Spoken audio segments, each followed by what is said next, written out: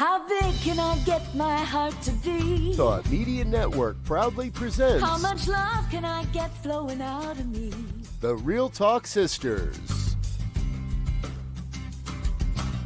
Deep, unfiltered, soulful conversations with Reverend Dr. Pjae Stanley, Reverend Kim Andrews, and Reverend Melinda Wood Allen.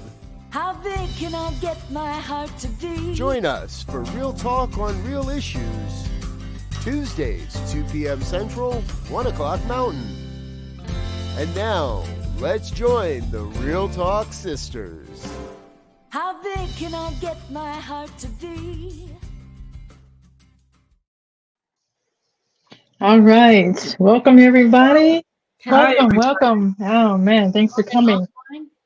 I'm going to go ahead and start this show off today with a poem, and then we'll talk about how that comes into play with what our topic today is, which is enriching life through spiritual practices.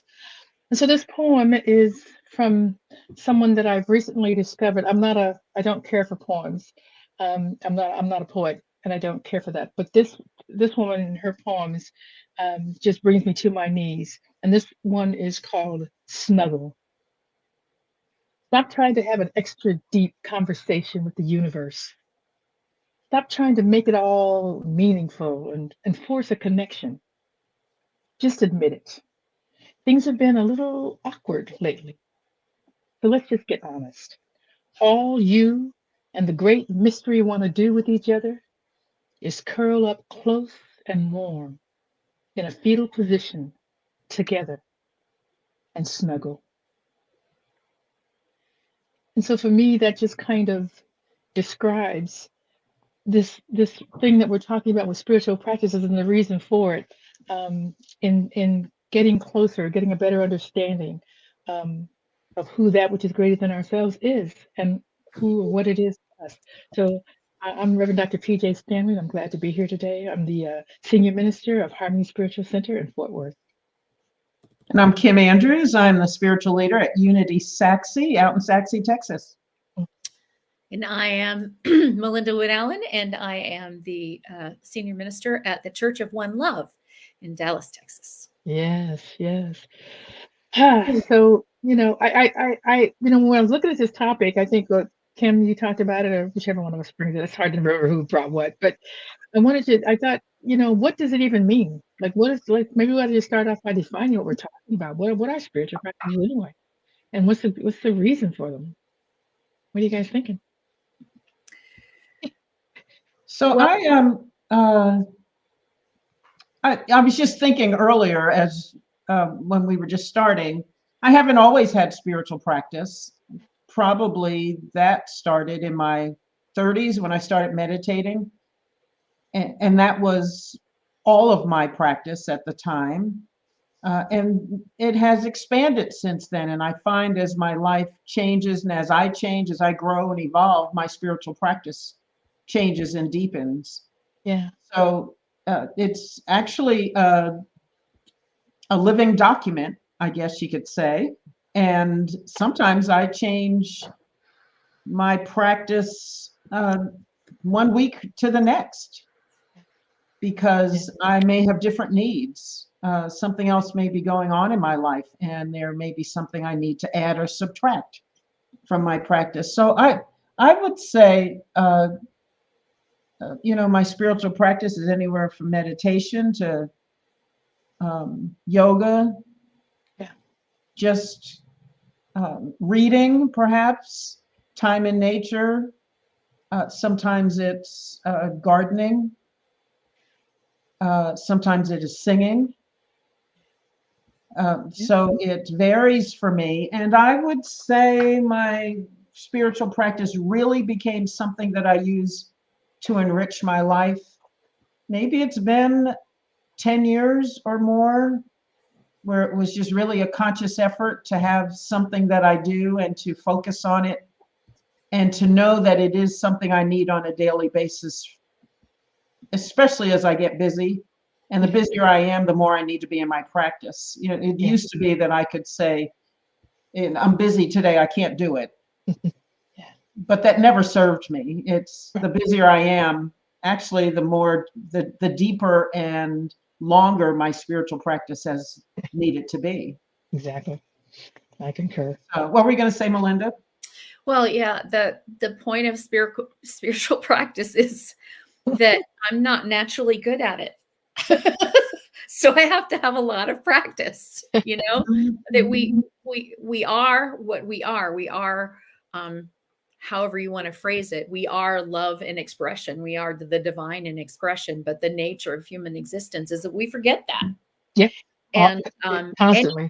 anything we can do to remember, it's really just like practicing music or practicing anything else. Yeah. If you want to remember the words, if you want to get good at it, you have to practice it. Mm-hmm. And so how do I practice remembering who I am so that I can think as who I am, so that I can speak as who I am, so that I can behave from that place of knowing who I am. Otherwise, I'll think I'm just this ill-tempered human who thinks she knows it all and go around speaking and acting that way and reaping the rewards of that. Exactly.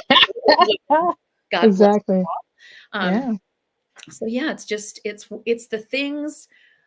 My daughter and I were talking about this morning. It's the things that I do in order to feel completely myself, so that I can act from my best self during the day. They're the tools I use. Exactly, to do that. You talking about Kim, when when you first started doing it, and I remember exactly when I committed to a spiritual practice, and it was that of meditation. And I've since learned there's lots of other things that I want to do, but for me it was in 2005, and I was in Vietnam, and I was just tired of. I had a great time. I was having a good time. I liked the work that I was doing. But I wasn't loving it. There wasn't a lot of joy in my life, and I wanted to reintroduce my music into my life. I hadn't done music, and in fact, my husband at the time didn't even know I could sing. That's how long I hadn't been doing music, and so I just said, you know what, I need to get into a covenant with Spirit. I actually said those words. I actually sat down one morning and said, let's get into a covenant. And what I will do is speak with you every single day. I won't miss a day. And what I want is I want to bring the music back into my life because it brings me joy. I don't know how to do that right now. And so I'm going to ask you to help me do that. And I will do whatever you tell me to do. I will listen and follow. And that's how it started. And I went from, and I lived in Saigon at the time, and Spirit said, no, you got to move. This isn't where you're going to do it. It's going to be in Phuket. I didn't even know what, in fact, when I heard that it was going to be in Phuket, and I heard that through some teachers, because I was working at a school at the time, and they said, oh, no, if you want to do music, you got to go to Phuket. And I'd never even heard of it. Like, what do you mean? Where is Phuket? And then when I saw it written down the way it looks, I thought it was fuck it, because it's Phuket. Perfect. Fuck it. Let's go. Let's go. Okay, that's the name of your memoir, The Road to Fuck It. Fuck it, let's go. The road to exactly. Anyway, so that was, I remember exactly, and I have not stopped from that day. I meditate every day, no matter whether I'm traveling or whatever. But then there's other things that I bring in as well, like you just said, the readings and just whatever.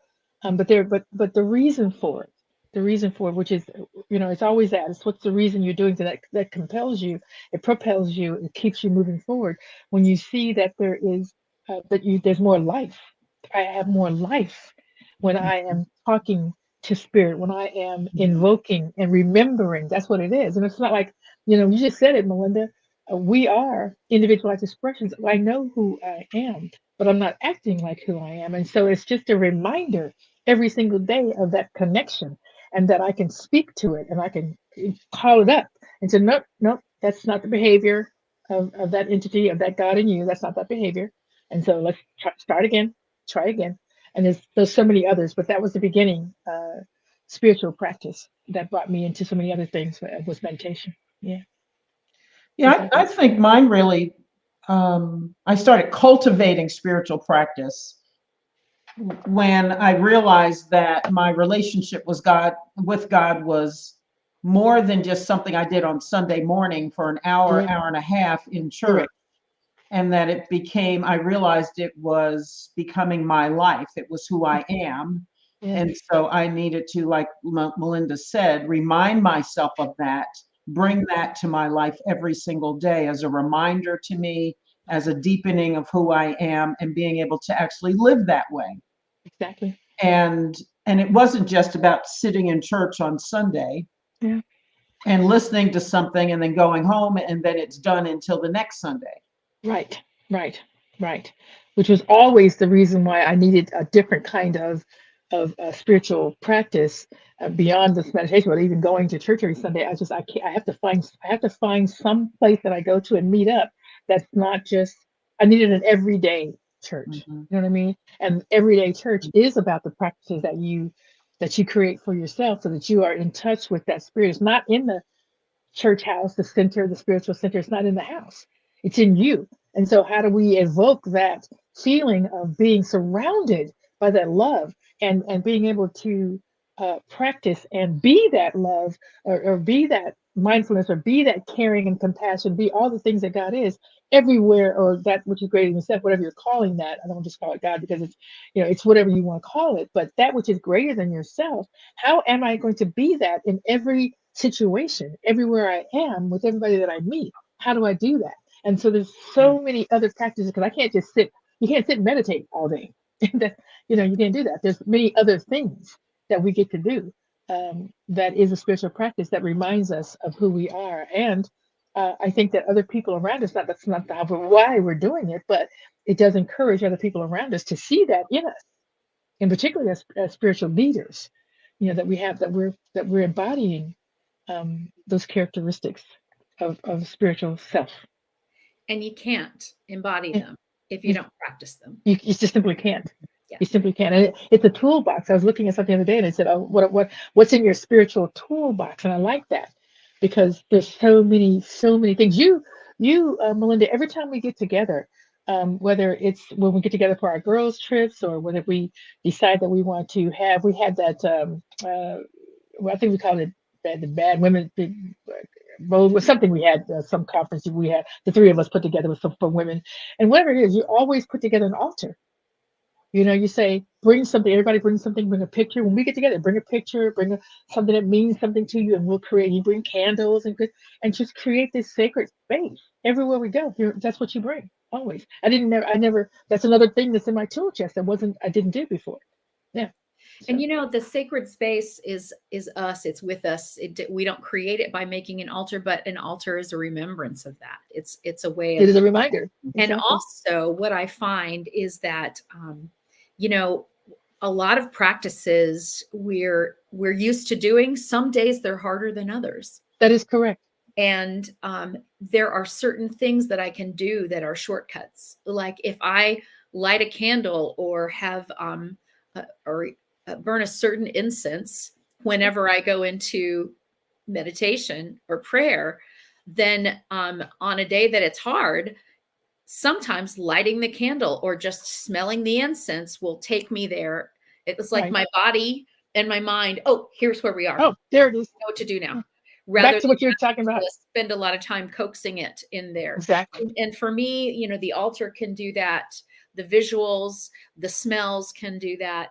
And often, music can do that. If I can't find another way in, if I realize, well, I'm sitting here reviewing my laundry list. I'm not Looking up my Walmart list when I pick up at Walmart. Right. Yeah, exactly. Then singing, chanting, Yeah. a chant will get me there. So Yeah. that's part of my spiritual practice. Then I don't do everything every day. No, I do no. Whatever's necessary, whatever's needed that day. And a lot of people journal, and I don't often journal, but sometimes there are things in my mind, and I need to speak to God about it. I write it.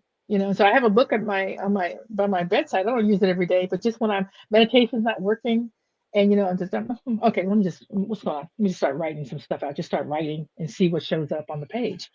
So I mean, just so many things in our tool chest and our toolkit that we get to use to remember and remind us of who we are and the power that's within us. And and as you say, it is a practice all the time. I started writing letters to God when I was I think I was 12. It was either 11 or 12. And just because there was so much going on in my family, in my house, there Sure. was so much pain, and there was nobody that I could talk to, because the people who were supposed to be the ones I could talk to were the ones causing the pain, Exactly. Weren't or, available. Mhm. or condoning the conditions that allowed the pain to continue.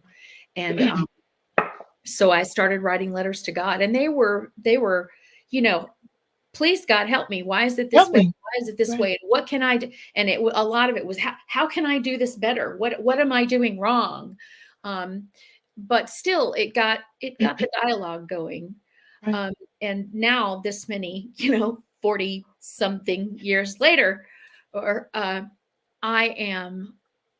I will occasionally, if I'm just really I don't even know what I think. You ever have somebody ask you a question and you're like, I don't know. no idea what the answer to that is. I don't know. But I'm the only one who could possibly know the answer, but I don't know it. Right. I'll write a letter to God, Yeah. literally, dear God, da, da, da, Dear da, God, da, what da, am I thinking? What's on my mind? I will write from God, Right. dear Melinda. Sweet Melinda. Here's the My thing, love. because all the wisdom is already in you, but Is. by taking myself out of the Melinda seat and putting myself in the God seat, in the higher self seat, in the love Yes. seat, whatever you want to call it, I find that that's sometimes just I get to the wisdom of Absolutely. me Yeah. just by changing chairs, stopping sitting in the Melinda writing a letter chair and starting to sit in the little baby honey sugar baby darling Melinda. Really. Come on, Honey.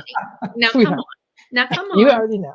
You know, You are. and You I already love know. you, and it's okay. It's suddenly Yeah. I know the answer, and Exactly. I'm getting it from myself, but that's just a tool. It's just a way in. They're all just Exactly ways in. correct. That's exactly what they are. They're ways in. They're ways in. I found this quote earlier today as thinking about this topic. It's from Marianne Williamson. It says, the goal of spiritual practice is full recovery, and the only thing you need to recover from is a fractured sense of self. Yes. And I know that's what spiritual practice has done for me and continues to do. That's where, in those moments, in those times, whether I'm singing, praying, in meditation, whatever it is, that I learned to love myself fully, that I realized who I truly was, that I learned to love those parts of myself that perhaps I was ashamed of, or Yes. that I Yes.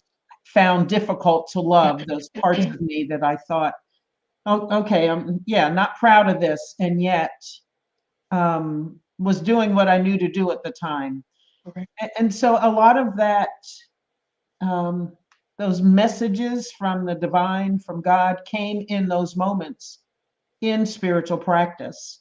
And that's where I really discovered my self-worth, my true self-worth. Who am I? That's where I found the strength to walk through the fire when we are, the fire's licking around our legs and we're trying to walk a difficult path. That's how I found persistence and comfort. Often there are, tears, whether they're happy tears or sad tears. That's where I get my grief a lot. And so for me, it really was a place to find my wholeness and to embrace it, and then to really grow from, Yeah. because I was really discovering me and life with a capital L, and God. Yeah. Certainly. And how were we all one? And then how do I live that? So if I did have a question about what it is I'm called to do at a particular time, I could ask in that time and get an answer. Right. And the virtue of practice is that even when we're not sitting in practice, you can be out in a crowd and I can hear what it is I'm to do or to say. That is correct. How do I show up here? I can get those messages, because when you've got practice and you've got all those good deposits in the bank of life, then you can draw on that when the stuff hits the fan, when it's difficult, when the world is loud. Yes. When the world is loud, Yes. I can hear then what is the truth for me, and not just more noise. Exactly. Yeah. And so we're talking about enriching our lives through spiritual practices. We're just going to take a quick break and be right back. Thank you all so much for being here.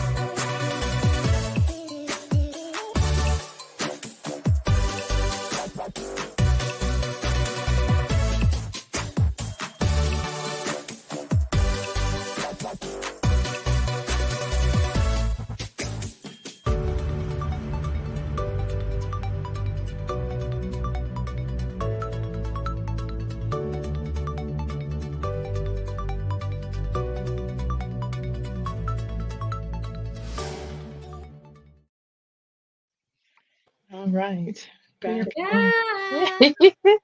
I think you were saying, Kim, or maybe the both of you were talking about, when you ask yourself some questions.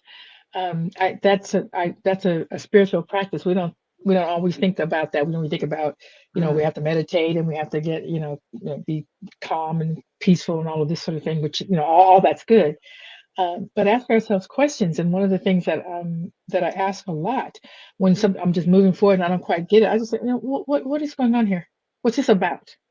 What is this about? I'm asking myself, like I'm feeling sad or feeling sorry for myself or whatever it is. And I could say, okay, what is this about? Because we already know the truth. The universe is abundant. I am love and loved. There's plenty. I already know all of that. So what is this about? What are you afraid of? Where's the fear coming from? So all these wonderful questions that you can just put out and just go, oh, okay. Oh no, there's nothing to be afraid of.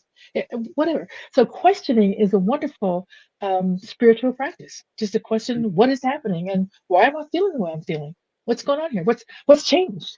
What's changed? I knew yesterday I was loved. Today somehow I don't know. Yeah. And I love that it's so, there are some things that are universally accepted spiritual practice. Yes. Meditation, prayer, chanting, Yes. walking meditation, Yes. yoga, hatha, all the different types of yoga. Those are all pretty accepted spiritual practices, but I think we all develop our own little practices that might not make any sense to anybody else in the whole universe.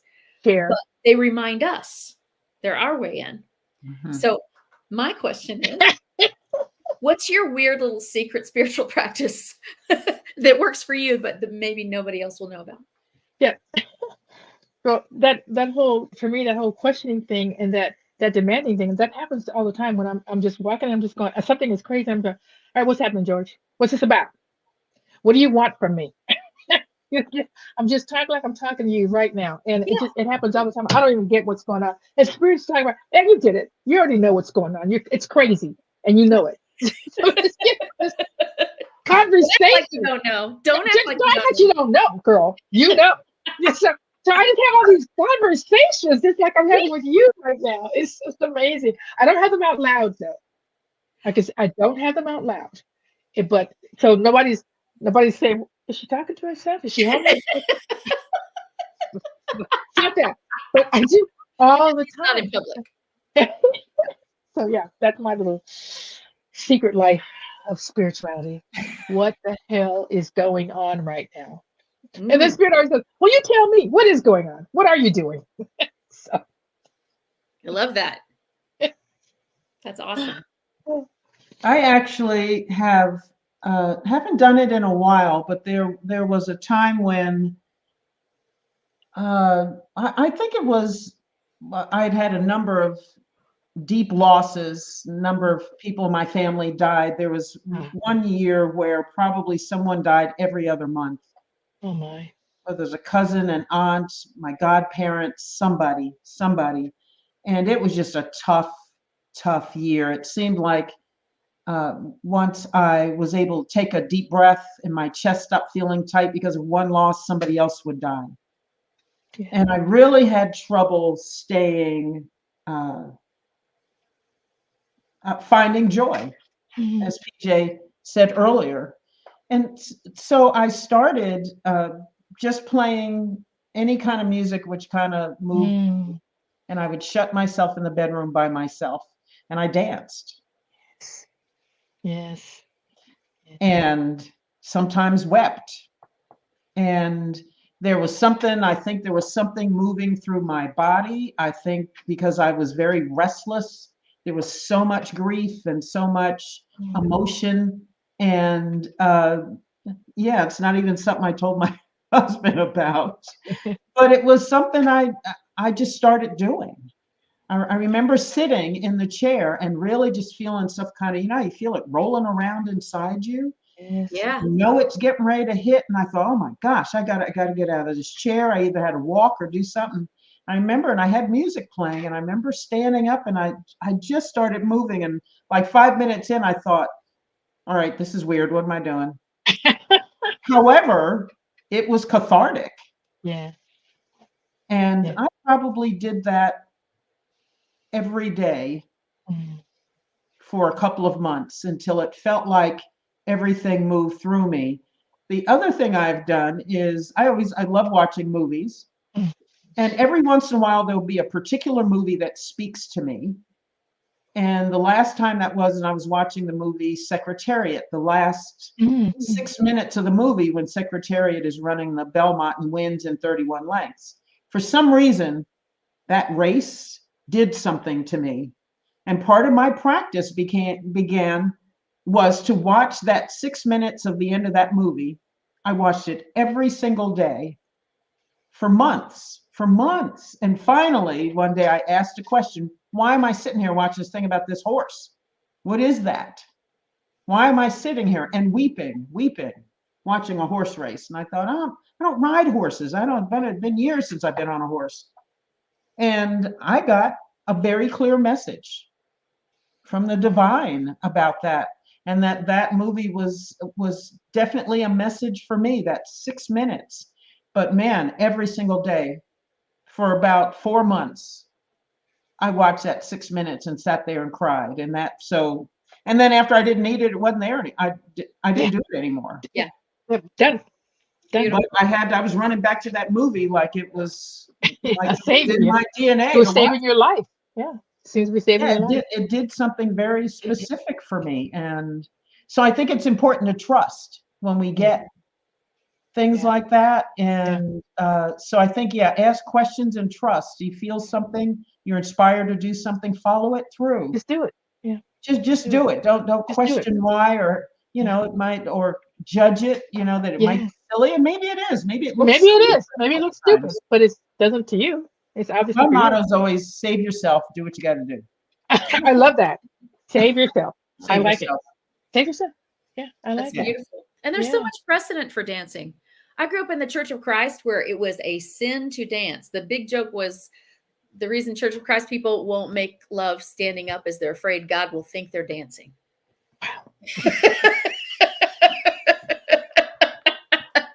And just how do we get these ideas? I'm going to insult God by moving my body, the body that He's created. Yeah. The body He created. To music that is literally music of the God. Music of the God. It's crazy. It's crazy. But and now, there's so much research today that shows that traumas are held in the body. Yes. And that rather than repeating the story over and over in your mind, finding the place in your body that it's held and releasing it physically there is hugely powerful. So that's what you were doing instinctively. Yeah. Instinctively. It's like, what was that show? Grey's Anatomy, where the two used to, dance it out. They sure did. Dance it out. They did. They sure did. Yeah, they sure did. That's beautiful. Well, what is your little thing? I joke about this a lot because I cuss. I know. I'm going to let you in on this secret. Sometimes I cuss.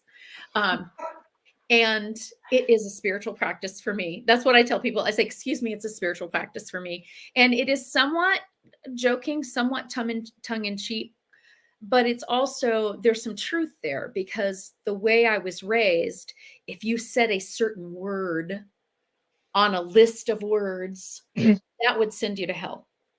Wow. And my using a word the way I want to use it with the intention, to me, the only word that's going to send me to hell is when I mean the hell of my own making, is words of hatred, words of fear, words of distrust, words of othering people, all of those things, that creates hell for me. A little shit or damn here and there does not send me to hell. And it's almost a way of my saying, I have control of my words and I get to use my own intention behind them. Yeah. And I don't have to take what other people say about a word and make it mean something to me. And so, and the other practice that I have, because I don't know, it makes me, it's like a rebellion, but it's a but it's a declaration of freedom from that very, very limited way of thinking. Mhm. And I try to use it in appropriate situations where people aren't going to be offended by it. Yeah. But the other thing is, we were taught you couldn't say even gosh or golly, because Right. that was just really, you really meant God, and so you were taking the Lord's name in vain. And I say thank God, I don't know how many times a day, over and over and over and over again. And in the way I was raised, that would have been terrible. Oh, thank God, da da da da da. But here's the deal: I mean it. Yes. I absolutely Yeah. mean it. Yes. I mean You're it. actually thanking God. And I'm Yes. aware. And it's a habit for me to thank God. So one of my spiritual practices is that when I get up in the morning, not right after I get up, but very soon after I get up, there will be the pouring of libations, which will be the coffee pot into my cup, the pouring of libations, And in some cultures, in the Yoruba and a lot of religions, just pouring water either onto the ground or from one vessel into another and blessing it as it goes is a spiritual practice. I don't use it in that way, but when I pour my cup of coffee in the morning, I am conscious that I am pouring libations, and I say, I've heard that. and I I say love it. thank you, God, I thank you, love God, it. Yeah. and then I have this little sacred vessel that I'm nurturing myself with. And yes, these days it's decaf, but I try to not remind myself of that too often. But it doesn't matter what's in it. It doesn't It matter if does not. anything's in It it. does not. So It's whatever meaning you give it. Yeah. yeah. So the deal is there are certain tools that we have that are spiritual practices that are tried and true, that are known. They're the ones we develop for ourselves. But beyond and beneath that is, it's not so much what we do as how we do it. Mhm. Because I can make unloading the dishwasher a spiritual practice, and I frequently do, because it's a repetitive task that I don't enjoy. But if I decide, if I remember, oh, wait a minute, I'm loading the dishwasher as a spiritual, I'm unloading dishwasher as a spiritual practice. So thank you, God, for this dishwasher. So I didn't have to do all this by hand. Thank you, God, that the fact that I have dishes to put away meant that I had dinner last night Yes. when so many people didn't. Yes. Thank you for the miracle of that you can look at a glass and go, that was stone, that was mineral. Sand. And Yeah. now it's this beautiful reflective thing that I get to pour stuff in. And Right. once we start gratitude, which is a spiritual practice that can be used all the time in many Right. millions of ways, Mhm. there's no end to it, really. You can keep going deeper and deeper and You deeper. can. You can. And one of the things that you're talking about that reminds me of is being being here now. Be here now. Being fully present. So that mindfulness while you're doing the dishes, Mhm. just being so that you're not just off somewhere and just not fully present. So just that's one of the, for me, as we've talked about this many times, um, unconditional love is what I go for, is what I practice. But I just think it's just one of the highest things that I can do. To everything I look at, everybody that I'm involved with, to look at them as if I know who they are, which is that they are individualized expressions of the one love. And so if I look at everybody with love, as if they're one love, and as if we're connected, which we are, reminding myself of that, that is being for me fully present. So I'm not just I'm not looking through people. I'm actually with you. And so that's a practice that I do everywhere that I go. And in particular, I talk about Walmart a lot just because I'm there a lot. It's around it's just around the corner. And so I'm going shopping and you walk in, you've got these things on your mind. But the moment I get out of my car and there are people around, I'm watching, looking to see how I can connect. If I can just help you put your basket away. Can I help you? Do I see, you know what I mean? Just connecting, connecting, connecting. And for me, that's a high spiritual practice because it matters to me Yeah. I see love everywhere I go, and that I feel like there's a connection to me and everything else, including the fruits that are there. And there's I'm blessing the. I'm just looking at this fruit and say, hey, this is. I don't have to go out to the field. I don't have to plant it. I don't have to garden it. In fact, I was talking to my neighbors because they were they like gardening and they like flowers and things like that. And so do I. I just don't like I don't like gardening. I like the product. I don't like gardening. So I'm gonna go to Michael's. I'm serious. I'm gonna go to Michael's and get these beautiful fake flowers and stick them in the pots. And Zach can look at these things and just bring me joy and not have to bother with watering them or anything. During the winter, summer, they're always there, just looking beautiful. That's what I'm gonna do. That's my spiritual practice of just I'm just grateful that there's all this beauty around me and I don't have to even work for it. It's Yeah. just there. Yeah. It's just there. So Appreciating beauty. I just huge appreciate the beauty of it. Exactly. The colors and just all the different kinds of flowers that there are. It's amazing to me. Amazing. So just all of that connection and that oneness, that love and that taking time and being fully present in everything that we do. And it's just so easy to get busy and rush by because you got to get somewhere else. But Yeah, on the kind way of to somewhere else, yes, the yes, opposite of spiritual practice is absent-mindedness and yes. multitasking. And multitasking, which in fact is not possible.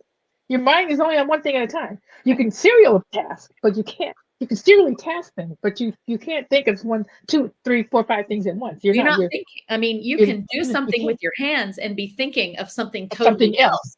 Correct. Yes. And Yeah. that's if you're somewhere else besides where you are, Exactly. then you ain't here. Then you ain't here. So be here That's now, deep. baby. Be here now. So Kim, Right. I know you have to leave in just a few minutes. Is there as we go on break, before we go, is there something else you would like to Yeah. Good idea. some wisdom you would like to share with us? You know, it's interesting. So I'm heading to the dentist and have had some pain the last few days. So it's interesting that during that time, you take something for the pain and yet you have to wait for it to work, or it's Yes. not quite fitting the bill. Right. Because there was a lot of that last Yes. week when this Yeah. thing really flared up. And I found myself getting just very, very quiet Mm. during those times and being kind to myself, giving myself some grace, slowing down, and paying attention to the pain where it was. It was, my whole face, this whole side of Yeah. my face was just felt inflamed and hot and painful. And I just withdrew from everything and did some of the things I needed to do, showed up at some meetings, put myself through a couple of paces, and other things I said don't have to be done. Yes. And so I think rest and renewal is certainly a spiritual practice we all could use, Absolutely. especially the way we live these days. Mm. And I am more apt to give myself that more often than I ever used to, because I really just thought being productive was important, especially as busy as I am.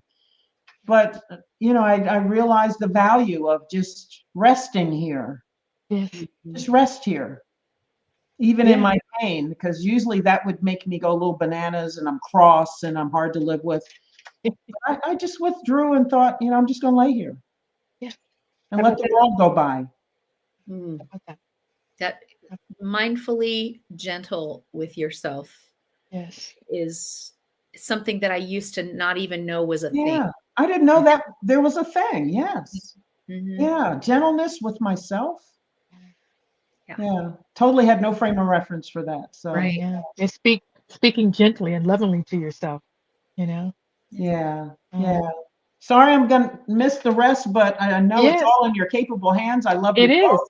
We Thank love you. everybody We're for gonna take Just a quick seeing you having that whole thing just nice and cleared up and you not having to withdraw in pain again. Yeah, Thank we're you done. very much. Thank you. All right. We'll See just you take a next quick week. break and we'll see you next week, darling. We'll All just take a quick Bye, break. Kim. Thanks. Bye.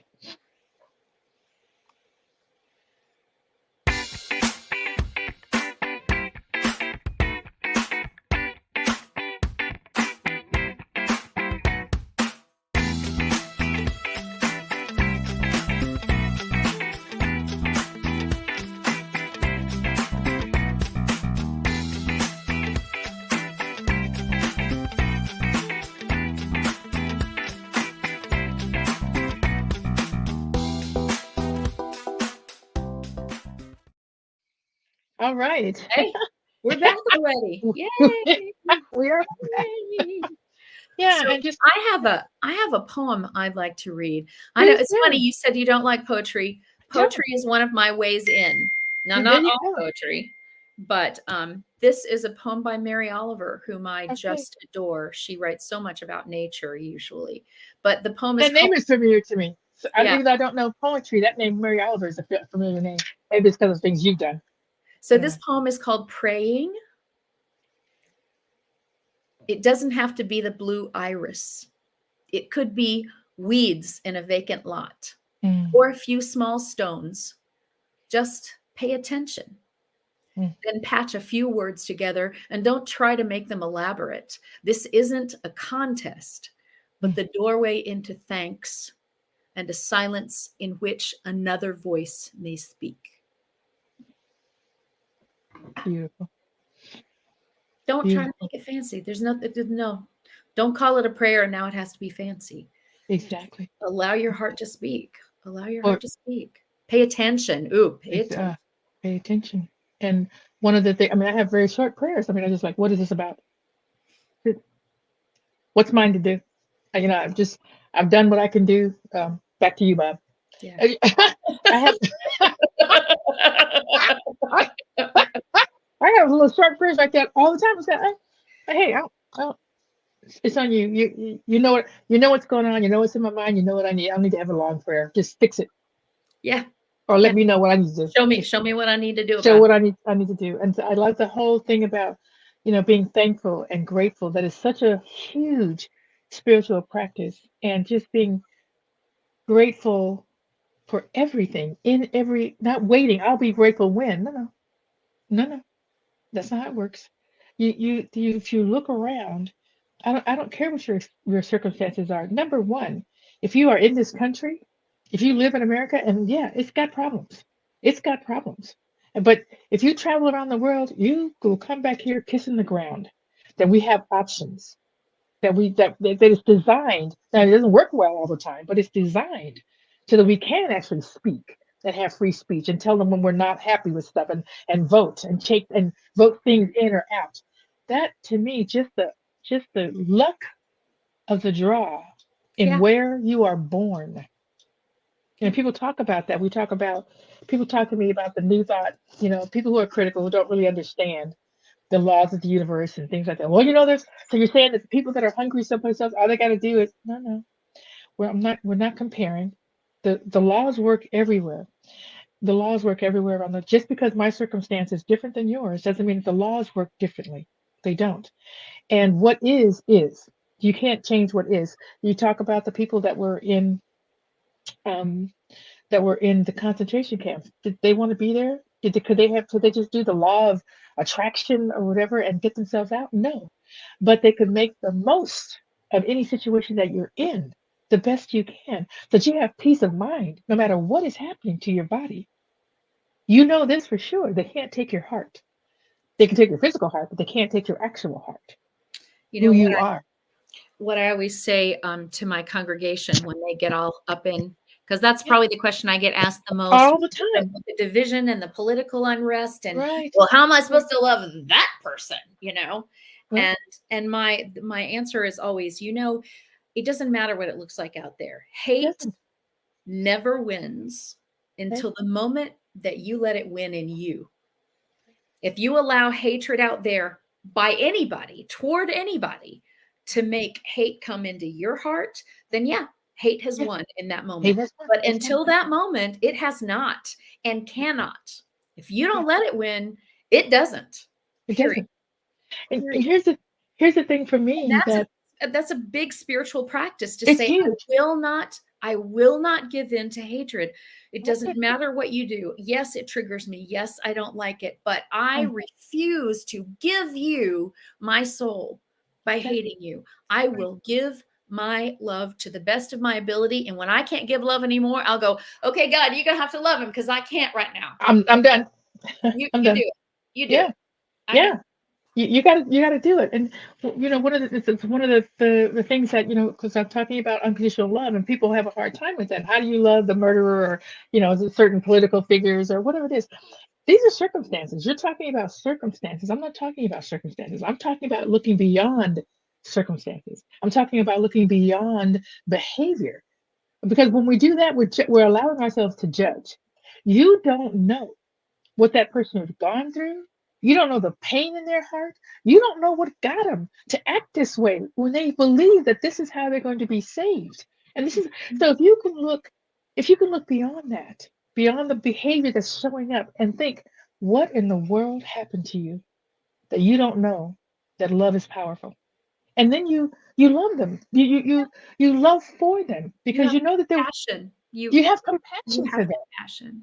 Exactly, exactly. And so that's the compassion again is just another spiritual practice of compassion and seeing and being non-judgmental. We don't have the right to judge. And We don't have the right. We don't know. we never will know those We circumstances. will And we never don't know. have to figure it out. We don't have to We go, don't. oh, well, probably this happened and this No, happened and this no, I happened. don't have to figure it out. We No, don't have to I go can into just that. assume. It's like I can assume something happened. what I know is that nobody ever picked up a gun and shot somebody else because they felt loved and good about themselves. Okay, that's what I know. That's Nobody what I know. ever attacked someone else verbally because they were feeling Right. like I am a child of God who deserves all good. You Right. know, it I doesn't know happen. that for sure. When Yeah. we know who we are, we behave from that. And so everybody who's not behaving from that has forgotten who they are. And some of them have buried it so deeply that they don't even know, they don't have an inkling that they've forgotten. And so what that calls for is if I have any chance of reminding them, that's what I do.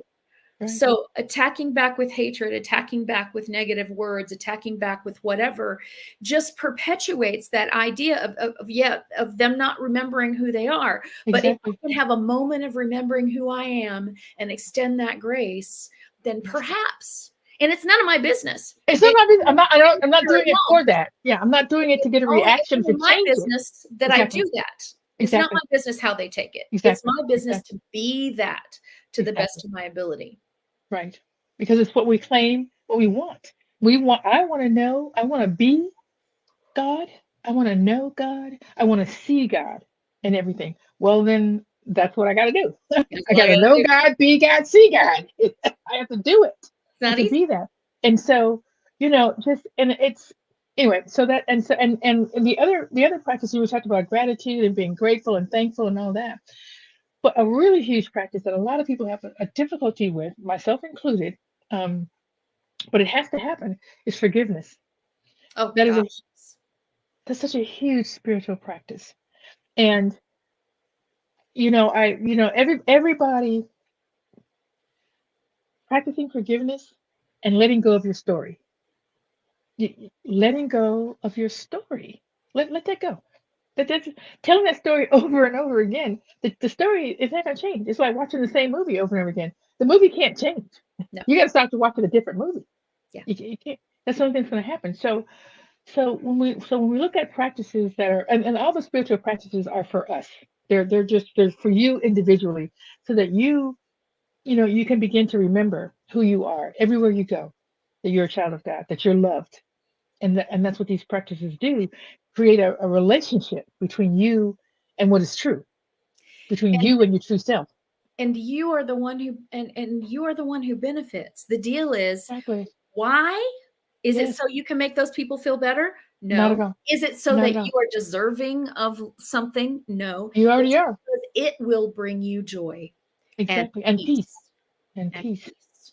And Because peace. if you don't do it, no joy, no peace. If No. you do it, you are allowing joy and peace Exactly. into your life. And so it's very selfish practice, actually. It really is. It's selfish in so And many ways, and it's selfish and not. It's for you. And one of the one of the I was talking with a mentor of mine, and she's saying, forgiveness means to give for, to give over, to give this up, to give this over. you So know that what you I can. think? What do you think? I think next week our topic is forgiveness because there's Yeah. no way we can cover that. No, not at all. It's a big minutes. topic. It's But a big topic. it's huge. It's the foundation of the joy in my life today. Absolutely. Absolutely. If I hadn't been able to work through forgiveness of lots and lots of crap that's gone down in my life, and forgiveness to the point of I don't even have an emotional trigger to it anymore. It's like, Exactly. yeah, that's what happened. Yeah. Yep. And everybody was doing the best they could. That part, when you actually realize, Yeah. no one is intentionally. I mean, unless there's like, there's a mental problem, but if there's no mental issues, they're not intentionally trying to hurt you. What they're trying to do is alleviate their own pain. Yes. That's what people are doing, just trying to alleviate their own pain. And if you can love them through their pain, my God, what a beautiful thing you've done for yourself and for them. Or if you can just give them grace, like Yes. I can't, I may not be able to do that, but God can. Yes. And so I'm going to just leave it alone. I'm not going to go back and pick at my scab over and over again just to see if it still bleeds. And that brings me to this idea. Kim touched on it before, and you and I talked just a minute ago about compassion and how powerful it is. And it doesn't mean you have to fix it. Right. It just means you have the heart to say, I can witness that I'm present for it. I understand that the pain exists, and I wish it were different. That's all it has to be. And so one of the practices I've learned lately, and I love this, is I don't know if this happens to you because you're very youthful, but sometimes when I sit down to meditate, the first thing that comes is, oh, this hurts and that hurts. I got a headache.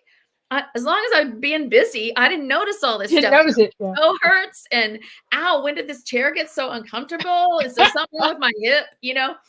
And so one way in is I just do this practice of a moment of self-compassion. It's like, I just do a little scan. Oh, my head does hurt. Oh. And I say to my aching head, I care. Oh, I'm sorry that you're hurting. I care. That's it. I don't try to fix it. I care. I care about it. I witness you. Yes, knee. Yes, you're still there, reminding me of yourself all the time. And I care. I care. I do. That's simple. That's simple to my own body. It's amazing what it does. Yeah. So if I can just spend a second giving some compassion to my own body and have it make that much difference, then how much is my ability to just witness and give compassion to another without trying to fix, without even trying to understand or figure it out. But just, I can see that you're hurting. I can see that you're hurting, and I'm so sorry. And if there's anything I could do, I will. Yeah, absolutely. You don't have to say that to them. No, but you're knowing, and that heart feeling, that feeling in your heart is, because people, no matter what you say, no matter what the words are that are coming out of your mouth, they know what you're saying. It's true. It's because it's coming from your heart or not. And they know that, they feel that. So, you could try to cover up and say that you're saying something, but they know what you're saying. They know what you're really doing and saying. And there was something, you reminded me of something else as you were talking. There's just so much going on here when it comes to the forgiveness practices for yourself and for others. And part of what happens for me when it comes to that, and we'll talk more, we'll talk about it. I think it's a big subject. We'll talk about it more next week. But one of the things that happens that, like I mentioned it just really quickly, is to stop telling the stories. Stop telling stories. And the story becomes bigger, greater, and you become more and more the hero in this story, or the put upon, or whatever you're doing. But here's something that'll wake you right up. If you have an opportunity to share that story with the person that you believe has created that story for you, and they have zero memory of it. Zero memory. Or their memory is completely different. It's completely different. That's not what happened. I don't even remember. What are you talking about? Was I even? No, that didn't happen. So that'll just snap you right up and realize, you know what? Am I making that story up? Did I add to the story? You can believe you added to the story. Yeah. Believe you added to the story. That's the way memory works, is we fill in the blanks. And we're always the hero of the story. We're good guy. We're always going to be the hero or the victim or the victim. We assigned ourselves. We will play it to the hilt. There's that discovery process I love so much. Exactly. exactly. So I just, really feel like to suffer. oh no. But I know I'll tell you guys this story because I love it so much. When I tell the story about the traveling, because I actually love traveling, and I loved when I was a kid. Because my father was in the military, so he traveled a lot, and I loved going to like every year we were someplace else. Like I was never going to see the teacher in the next grade because I was going to be there. Yeah, I love that. Going to meet new people and oh, just I hated excited. it. It was so painful. Oh my God! And so I'm just telling. I tell the story like every family together we're at, and I was telling everybody about how much we. I didn't just confine it to me. I just included everybody. How much we. And finally, my sister suddenly my sister said, "I need you to stop telling that damn story because that's only true for you. Nobody else likes the travel." So again, back to the whole when you're telling these stories and you're filling in the blanks and you're assuming so many things. But we'll talk about more of that next week. We talk about forgiveness work and telling our stories and how we actually can how we give for and why that's so important. So I think we need to kind of wrap it on up. Yeah, we got a couple of minutes Well, left. I'm getting these little things from him saying, we gotta kind of let it go. So, well, you take it away from us when it's time to take it away, but my clock reads 2:57.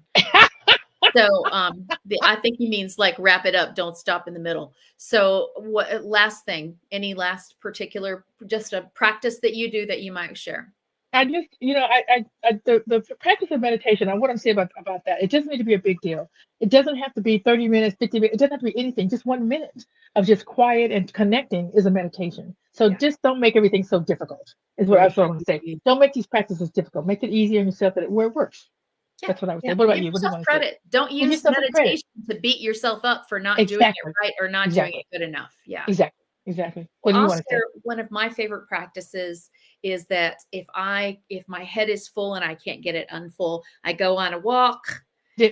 and I say over and over again in rhythm with my footsteps, reveal yourself to me. Reveal yourself to me. Yeah. Reveal yourself to me. I And then love it. what I notice is that just that mantra crowds out all of the blah, blah, blah, that's going on.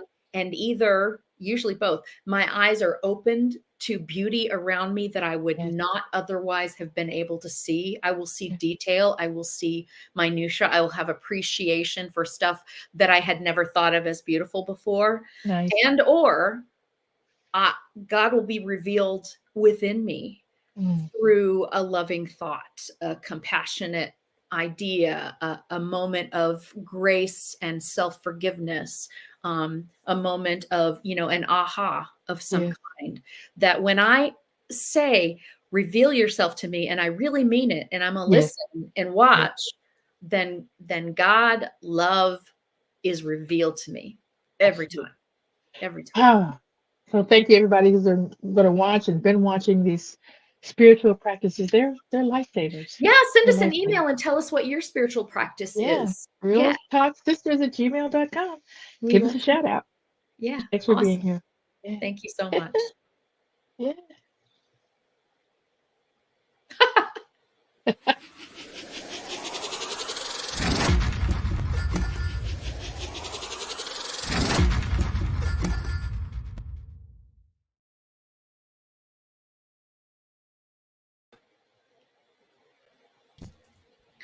Awesome. All right. Awesome, side. Oh, excellent as always. Thank you. Yeah. That was fun. It was fun. Well done. And so we have our title for next week. We're going to be talking let's about call it the miracle of forgiveness. the miracle of forgiveness. I like it.